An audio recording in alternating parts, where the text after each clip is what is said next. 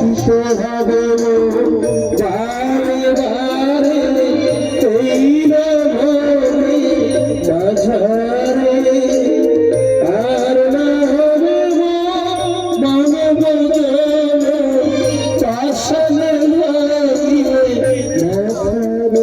মাথারে বান্ধবরে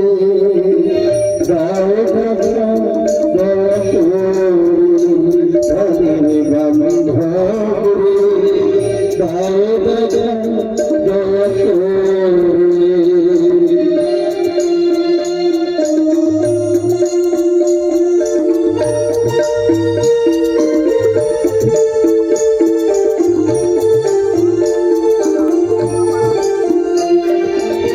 যাহার লাগিয়া কাটিয়া মরিল সেই তো মরিয়া যাবে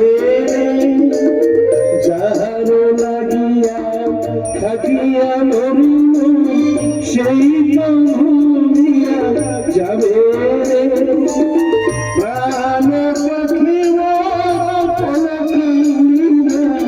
ছাড়িয়া মারে বান্ধবরে দাও দেখা দয়া করে বান্ধবরে দাও দেখা দয়া করে জয় মা ভবানী। আমি অনেক সময় তোমার জন্য অপেক্ষা করছি গুরু। আমি একটা দারুণ জিনিস আবিষ্কার করেছি গুরু। কোথায় জিনিসটা কোথায় আছে আছে। নিয়ে আয়, তাড়াতাড়ি এখানে নিয়ে আয়। ঠিক আছে গুরু, আমি এখনই যাচ্ছি।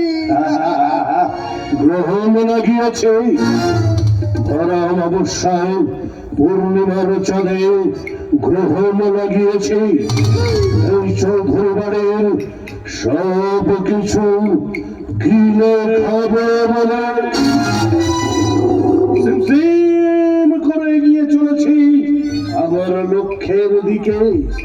এবারের মালকিন রাজেশ্বরী দেবী আর তাদের একমাত্র মেয়ে মেঘা, মা মেয়ে দুজনই আমাকে ভালোবাসে। সালা আমার কি কপাল! মাঝে মাঝে মনে হয় গাছটাকেও খাই ফলটাকেও খাই, কিন্তু না, ওই হাও প্যাথেটিক বুড়িটার দিকে নজর দিলে হবে না। আমি খাবো ওর ওই টপকা মেয়ে মেঘাকে। হয়তো ওই বুড়িটা বড় ওই টপকা মেয়েটা এখনই আমাকে এসে বলবে, আমাকে তোমার কেমন লাগে রণদা? তুমি ওর ঘর বউ না পাড়ার বউ? রণদা, তোমাকে দেখে মনে হচ্ছে তুমি একেবারে বারোয়ারি বউ। রাগ করছো কেন, রাগ করছো কেন? প্রথম যেদিন এ বাড়িতে এলাম তোমাকে দেখে আমি একেবারে ফিদা হয়ে গেছি গো। কিন্তু কি করবো বলো, আমি এ বাড়ির ম্যানেজার, তুমি মালিকের মেয়ে। ম্যানেজার হয়ে তো তোমাকে আর বলতে পারি না আমি তোমাকে ভালোবাসি। বলছি যদি কিছু মনে না করো, যদি একটু সাহস দাও, তাহলে তোমাকে একটু জড়িয়ে ধরবো। ধরো না রণদা, ধরো ধরো। কি নরম, কি তুলতুলে। তোমার পিঠের মাঝখানে ওই তেলটা কিন্তু খুব ভালো। তুমি কি করে দেখলে রণদা? তুমি যখন বাথরুমে স্নান করছিলে আমি লুকিয়ে লুকিয়ে দেখে ফেলেছি। ইউ নটি। সে তুমি যাই বলো, তবে তুমি ভীষণ লাকি গো। কেন গো? এই দেখো আমাকে কেমন ফ্রিতে পেয়ে গেলে। যেমন যেমন তেল কিনলে সাবান ফ্রি, মদ কিনলে গ্লাস ফ্রি, তেমনি ওই অর্ঘ্যকে বিয়ে করে আমাকে একেবারে ফ্রিতে পেয়ে গেলে। অর্ঘ্যর রাত আমার দিন, আমরা সুখে থাকবো চিরদিন। তুমি না একদম আমার মনের কথা বলে দিয়েছো রণদা। এখন না ওই অর্ঘ্যর থেকে বেশি তোমাকেই ভালোবেসে ফেলেছি। আমার ছোনাটা, আমার মোনাটা, আমার কচি শোষা। এই কি করছো রণদা? কি করছি? ও হ্যাঁ, ঘোমটা দেওয়া শেখাচ্ছিলাম। বলছিলাম মেঘা, তুমি তো মডার্ন পোশাক আশাক করো, এবার থেকে শাড়ি পরবে, আর শাড়ি পরলে কি করে ঘোমটা দিতে হয় ওটাই শিখিয়ে দিচ্ছিলাম। আরে বাবা, ম্যানেজার হলেও আমি তোর দাদার মতো। দরকার এবার থেকে ইয়ে পরাবে, কি পরাবে? রাখি। হ্যাঁ, রাখি পরাবে। দরকার এবার থেকে ইয়ে দেবে, কি দেবে? ভাই ফোঁটা। হ্যাঁ, ভাই ফোঁটার দিন ভাই ফোঁটা দেবে। ঘোমটা ছাড়া তোমাকে মানায়? আমি ম্যানেজার। এই চৌধুরী বাড়ির একটা সম্মান আছে না? রণদা, বাড়ির ভেতরে যাও। হ্যাঁ হ্যাঁ যাচ্ছি। মেঘা,